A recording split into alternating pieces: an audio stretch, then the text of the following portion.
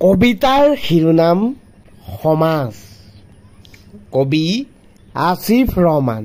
আবৃত্তি দিগন্ত বৰা। গড়ৰ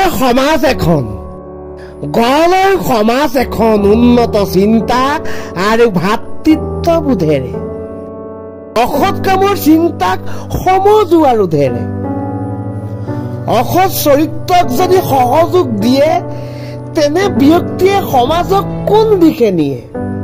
জাগ্ৰত কৰি তোলা মন মগজু একেলগে আগবাঢ়া এয়াই সহযোগ।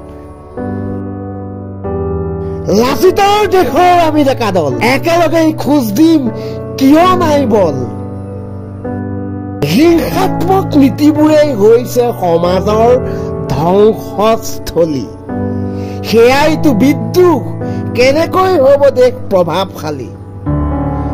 উন্নত চিন্তাইতো উন্নত মানদণ্ড। অনিষ্টকাৰী লোকমোহ তেহে হ'ব ধ্বংস।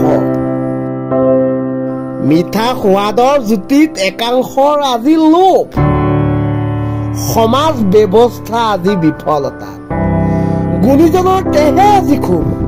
বেয়া এটি চিন্তাই আজি ভাল মনৰ গৰাকীকো প্ৰভাৱ পেলায়।